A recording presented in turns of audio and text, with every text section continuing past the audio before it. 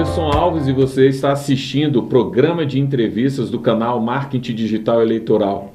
E nesse vídeo eu vou conversar com o jornalista e palestrante Paulo Otaran sobre a importância da oratória numa campanha eleitoral. Tudo bem, Paulo? Como é que vai? É um prazer receber você aqui. Prazer é meu estar aqui, Anderson, contigo, conversando sobre algo tão misterioso que deixa a mão gelada, que deixa a gente, às vezes, arrepiado cada vez que se vai para um enfrentamento com o público. Essa dificuldade que todo mundo tem, que a gente nasce com ela e que na vida, no transcorrer dela, só tem uma coisa a fazer: administrar. Legal, Paulo. E o que é oratório? O que a oratória pode fazer por uma pessoa? Olha só, primeiro a gente precisa estar muito... Eu queria até que você que está me assistindo estivesse ciente disso. A gente nasce com N dificuldades. Nós não somos seres perfeitos. Ao longo da vida, é como se a gente passasse por um processo de polimento, de lapidação. E é nessa lapidação que aparecem as dificuldades. A oratória, nesse campo da fala, do enfrentamento, da conversa, ela acontece e é fundamental em toda e qualquer circunstância. Onde é que ela está na vida da gente? Ela está numa conversa minha contigo, sem eu nunca ter te visto, e é natural, é normal que num primeiro momento eu trave. Quando você trava, você não é nenhum ser anormal. Isso faz parte da própria natureza humana.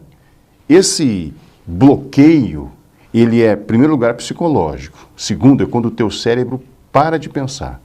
Por quê? Porque existe uma coisa na gente chamada ansiedade. E essa ansiedade contribui diretamente para que não se tenha facilidade de se expressar. Que a gente chama de, tecnicamente, de facilidade de expressão. Certo. E as pessoas deram um nome técnico de oratória, que é orar, que é se manifestar, que é ter essa facilidade, essa, digamos, fluidez de palavras ao natural.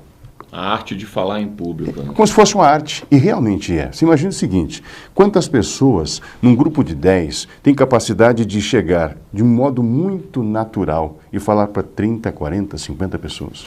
Verdade. Você imagina a dificuldade que tem um professor, no primeiro dia de aula em que ele entra e tem ali 50 alunos. Ele se limita a dar bom dia ou ele encara? É como se você está na frente de uma fera, ou encara ou corre. É, e você está falando isso, cara, eu estou lembrando aqui quando eu fazia, estava na faculdade, né, ou então MBA, alguma coisa nesse sentido, e eu lembro de alguns amigos, né, que quando a gente fazia grupos para apresentar algum trabalho, e eu na faculdade eu acabei ficando assim meio que famoso porque eu gostava de falar, então não ficava tremendo. Você ia para o contraponto. Eu via outras pessoas, cara, hoje eu vou falar não sei o que e tal, e a pessoa ficava ali tremendo porque é aquele medo. E para um grupo onde você estava sempre acompanhando, quer dizer, você tem uma faculdade ali de 4 anos, né? Você tem 4 anos para se preparar. É meio que é uma família, né? Ali está todo mundo ali, todo dia você está ali com a pessoa e tal, mas o nervosismo complexo ali da pessoa, né? Olha só, no campo eleitoral é muito prático de ser aplicado isso, principalmente porque geralmente o candidato ele não se vê como integrante da família ou da casa que ele vai visitar. Uhum. Por que ele tem facilidade para se expressar em casa e não tem quando chega numa casa que não é a dele? Porque esse primeiro impacto ele é o visual, ele não conhece a Dona Maria, o seu João, o Pedrinho, não conhece a vovó que está ali, mas ele sabe, na mente dele está muito claro que ele tem um senhor, uma senhora, mas essa ansiedade de agradar, de convencer, de não fazer feio e de se sair bem, ela está muito mais aflorada do que o próprio enfrentamento. Uhum. Então, no campo político, essas questões existem. E para isso se dá um nome, timidez. Uhum. E a primeira coisa que as pessoas fazem é dizer, me desculpa, eu sou tímido. Existem duas coisas, eu vou pedir aqui a atenção de vocês que estão me assistindo, que é o seguinte: dentro de cada um de nós existem 2 pessoas. Ou seja, você é 2. Vamos dividir isso no meio? Divida você, mentalmente escolha qual é o lado que é tímido e qual é o lado que é gago. Você vai ter que administrar ao longo da vida esses 2. Por que eu estou dizendo isso, Anderson? Porque é muito natural, é muito comum as pessoas dizerem o seguinte: num determinado momento, ela não consegue te olhar no olho. Uhum. E aí quando você encara essa pessoa, ela vai gaguejar ao natural. e você tem que administrar o gago que está aqui dentro. Eu tenho um gago aqui dentro há 50 e poucos anos. Né? O que eu faço? Eu consigo matar esse gago? Eu consigo tirar esse tímido? Não, eu só tenho uma coisa a fazer, administrar. Nos cursos nas turmas que eu ministro, eu nunca me coloco na condição de professor, mas numa questão de agente facilitador. Porque a gente compartilha conhecimento. O conhecimento é tão amplo, ele é tão bacana, porque quando você vai fazer uma visita para uma família, você que é político, você que está numa campanha política se preparando para isso, é uma família igual à sua. Só que você precisa ter noção daquilo que você está fazendo. Então, o controle dessa timidez, dessa gagueira, começa pelo controle da ansiedade. E durante o curso eu prego uma coisa.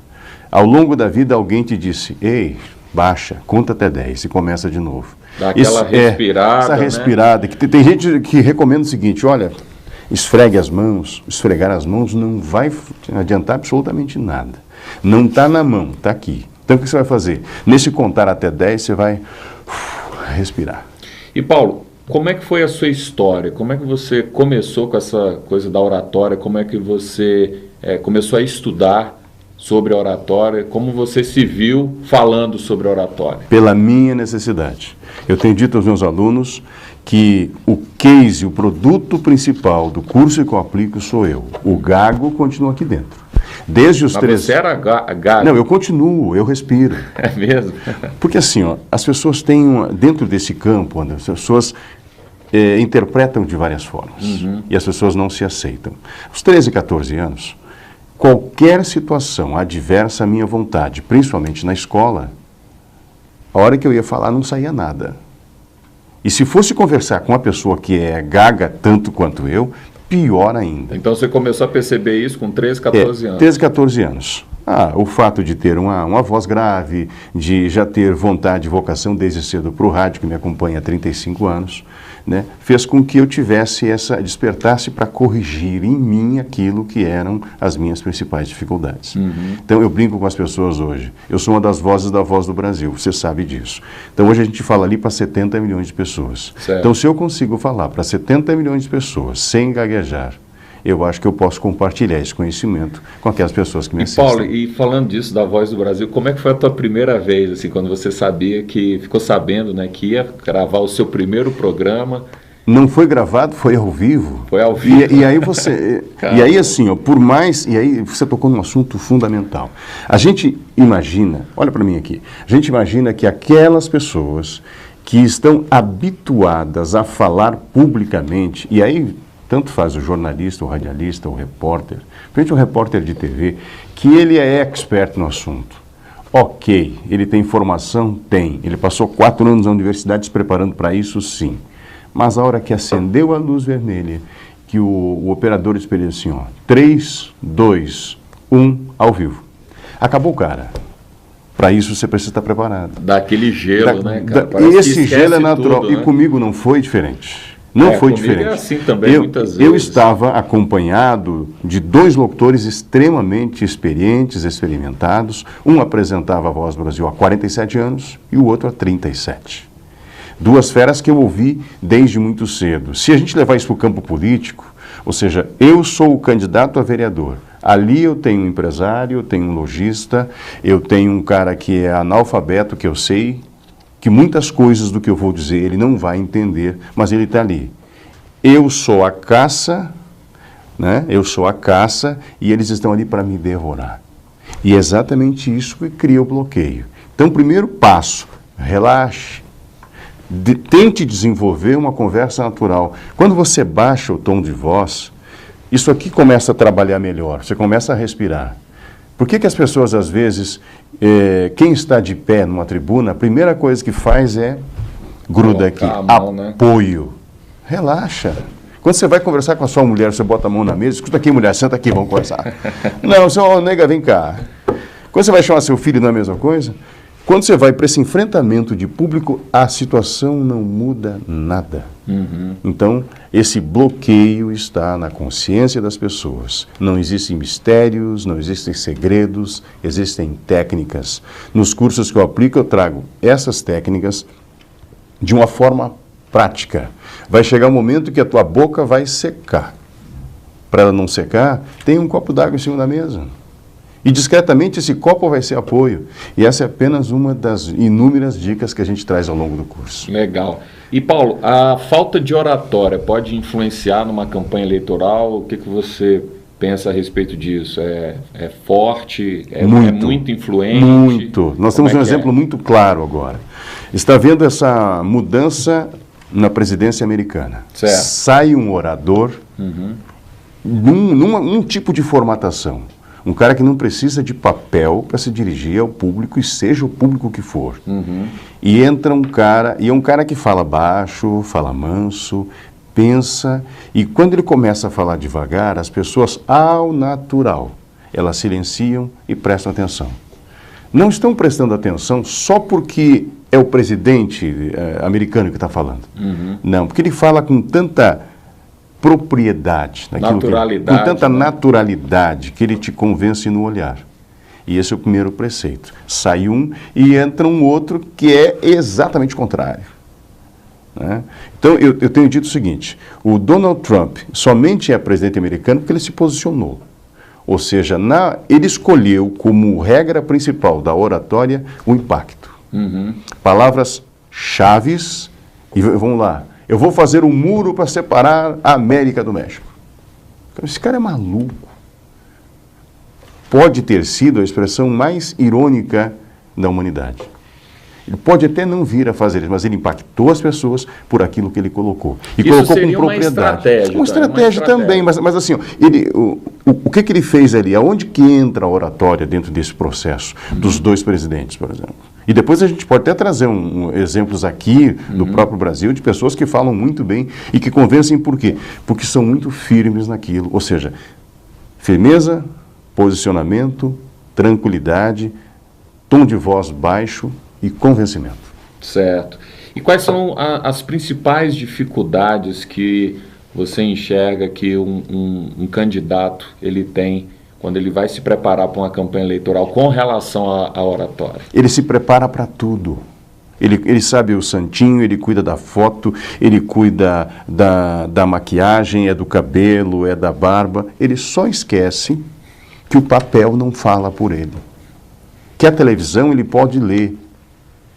E ele não pode chegar na frente de um público com um papel assim e dizer, ó, gente, dona Maria, o que eu queria dizer para a senhora é isso, aquilo, aquilo outro. Ou seja, ele não se prepara para esse enfrentamento terrível, necessário e primordial. O candidato não está no santinho, não está na peça da televisão, o candidato está na visita porta a porta, está no olho e principalmente na certeza daquilo que ele vai falar. Então ele vai precisar desse treinamento prévio. Muito. E não dá para fazer isso faltando 4 meses, 5 meses para uma campanha, né, Paulo? O ser humano é formatado em 9 meses. Aos 9 meses ele sai pronto? Não. Aos 9 meses ele começa a dar os primeiros passos, a manifestar as primeiras impressões. As pessoas acham, a maioria dos candidatos, entende que, não, deixa que visita fazer, eu estou acostumado. Isso é o mato no peito. O mundo mudou, o eleitor mudou. Hoje as pessoas são mais exigentes. Hoje você não ganha o eleitor em meia conversa. Hoje as pessoas trabalham com dados. Hoje ela te olha no olho e sabe se você está mentindo ou não. Ela sabe se você vai fazer aquilo ou não. E tem um detalhe, eu volto para a tua questão da sala de aula, do enfrentamento, que era um dos, quando a gente ia dos caras que você se manifestava com... Por que você ia para o contraponto? Porque você era um dos poucos que não aceitava a coisa pronta. Vamos discutir aqui. E hoje, muito mais do que em qualquer outra época, existe uma palavra-chave, discussão. E as pessoas vão discutir contigo. Então você tem que estar preparado.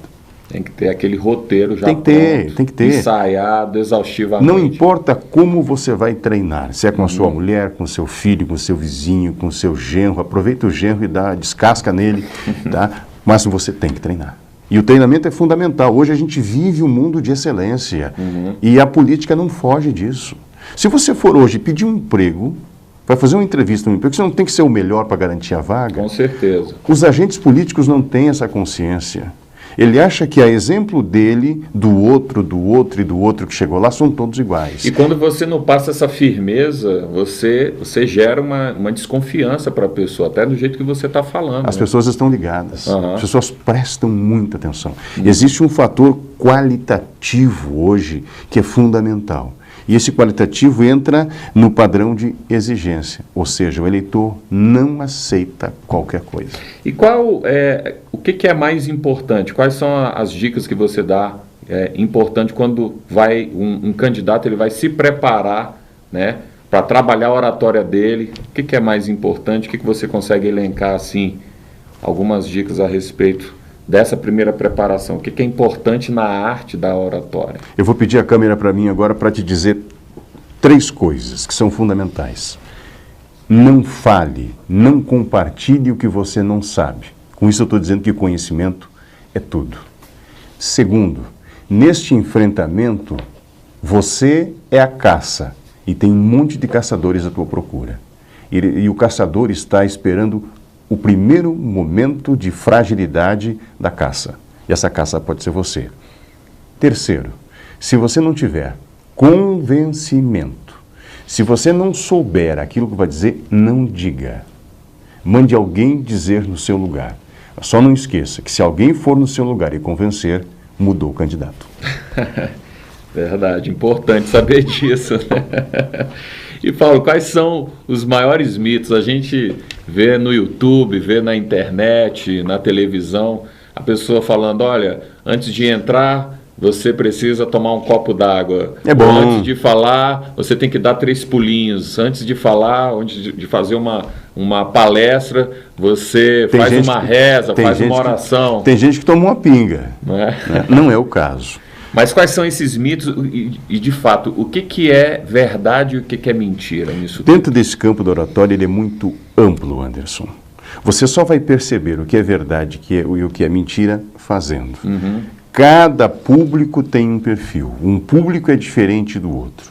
Então, a primeira coisa que o candidato tem que fazer, se você tem uma agenda e sabe aonde vai, alguém tem que saber, tem que te avisar quem é que você vai visitar. Uhum.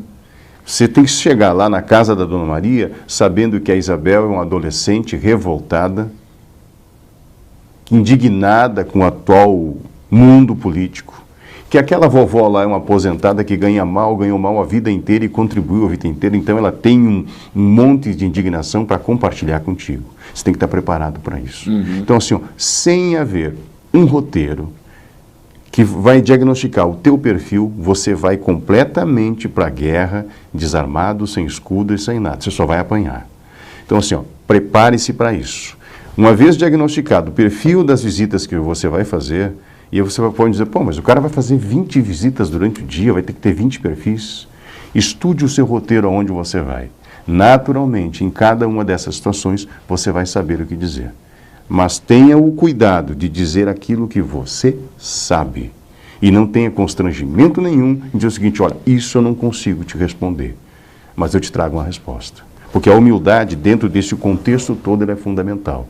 Sempre não esquecendo que o eleitor não é mais bobo, ele não cai em qualquer conversa e ele sabe exatamente se você está mentindo ou se você está falando a verdade. Isso mostra sua personalidade, seu caráter, né? Com certeza. Agora, Paulo, em tempos de internet, de redes sociais, da força das campanhas, né, de marketing digital, é possível usar as técnicas de oratória para a internet, para fazer um vídeo, por exemplo, agora YouTube e Facebook, que agora você tem lives no Facebook, Instagram, que você pode fazer? O candidato tem que sempre se colocar do outro lado. Então vamos lá. Eu digo sempre para as pessoas com as quais eu trabalho, se você assistir um vídeo seu, você votaria em você? A internet, essa nova plataforma, essas novas ferramentas te dão um leque enorme de oportunidades. Essas oportunidades são pró e contra, a escolha é sua. Então, assim, na hora de fazer um vídeo, faça um vídeo que primeiro você consiga comprar essa ideia. Uhum. Porque se esse vídeo, antes de você mandar, ele não te convencer, não mande. É bola fora. Então a internet ela tem que ser usada pró, mas a decisão é do candidato. E as dicas finais, nós estamos finalizando o nosso vídeo, o nosso programa. Quais são as dicas finais que você pode passar para esse candidato que vai se preparar para essa próxima eleição, a próxima campanha eleitoral de 2018? Vou voltar de novo para a câmera. Vamos lá. Quem é a pessoa mais chata numa campanha eleitoral? Conta de 1 a 3 aí. 1, 2, 3. Acertou, é a tua mulher. Se você não conversar com a sua mulher e não convencê-la, primeiro do horário, que você tem que cumprir, o horário que vai chegar, o horário que você vai sair. Se você não compartilhar com ela aquilo que você vai falar na casa dos outros, ela é o teu aval. Se você usar a tua mulher e os seus filhos para treinar em casa, você está dentro da melhor escola. Se isso não resolver, eu posso te ajudar. Beleza. Paulo, quero te agradecer por você ter participado. Obrigado, do nosso programa. A satisfação foi minha poder estar aqui. Digital eleitoral. Espero que os temas aqui compartilhados possam ter sido de grande valia para quem está começando.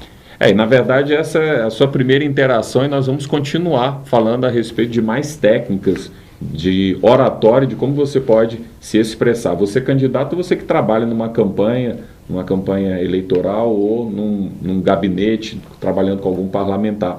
E para você acompanhar as atualizações do programa de entrevistas do canal Marketing Digital Eleitoral, é muito simples. Você faz a sua inscrição clicando no botão com a palavra inscreva-se. Tem uma palavra inscreva-se aqui no vídeo. Daí, para você receber um aviso toda vez que eu publicar um novo vídeo, você clica na imagem do sino, depois de ter feito a sua inscrição, para receber as notificações de vídeos novos. Então, eu espero você, vejo você na próxima entrevista. Até lá e sucesso!